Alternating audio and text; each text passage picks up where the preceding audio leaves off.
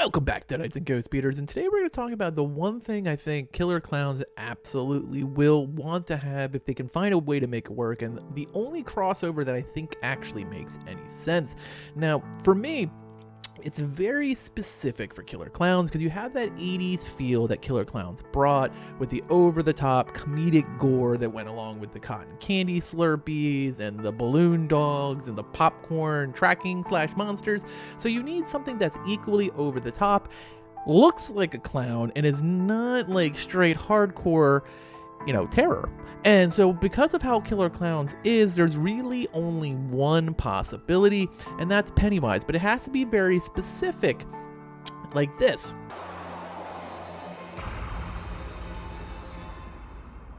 Take your pick, Billy boy. Oh, except for the one on the end. That's already taken. I remember you. And I remember we beat you.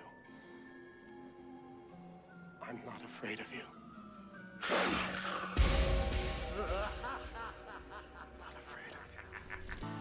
Now, this is the 1990 version of Pennywise, played by the amazing Tim Curry. And as much as I love Skarsgård's performance in the reboot, that was part 1 and part 2 of It, I don't think he would actually be the right fit just because of the whole change in persona, change in look, and they made him much more scary than the original Pennywise was. Now, Tim Curry's eerie performance is very equally terrifying, but in a completely different way. There was a levity to the performance and a different look, which a lot of us think of with the 1990s version, and still kind of figuring out how things would play out.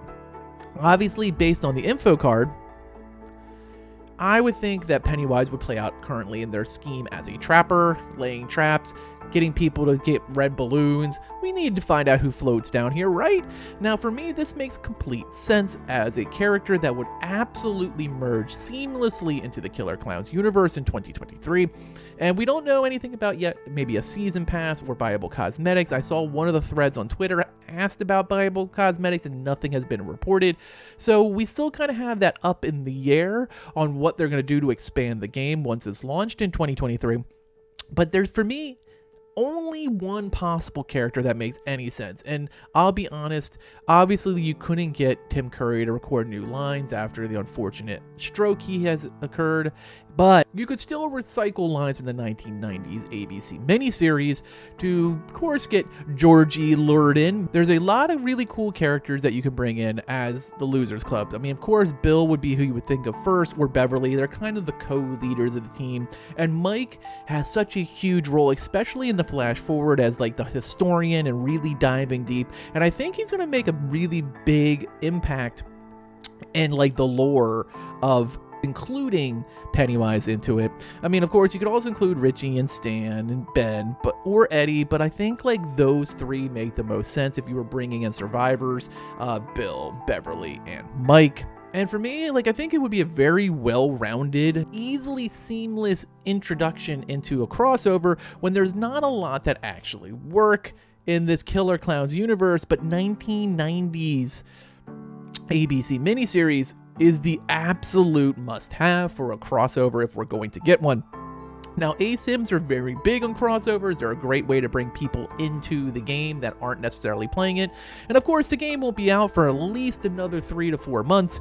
So, I mean, we're a little early on it, but this was something that was in my head from the moment we actually saw the launch of Killer Klowns at Gamescom, and I can't help but think of how Tim Curry's Pennywise would be just amazing. Let's be honest, I would main the hell out of Pennywise. Tell me what your thoughts are. Would you like to see Pennywise and a Losers Club make their way into Killer Klowns universe?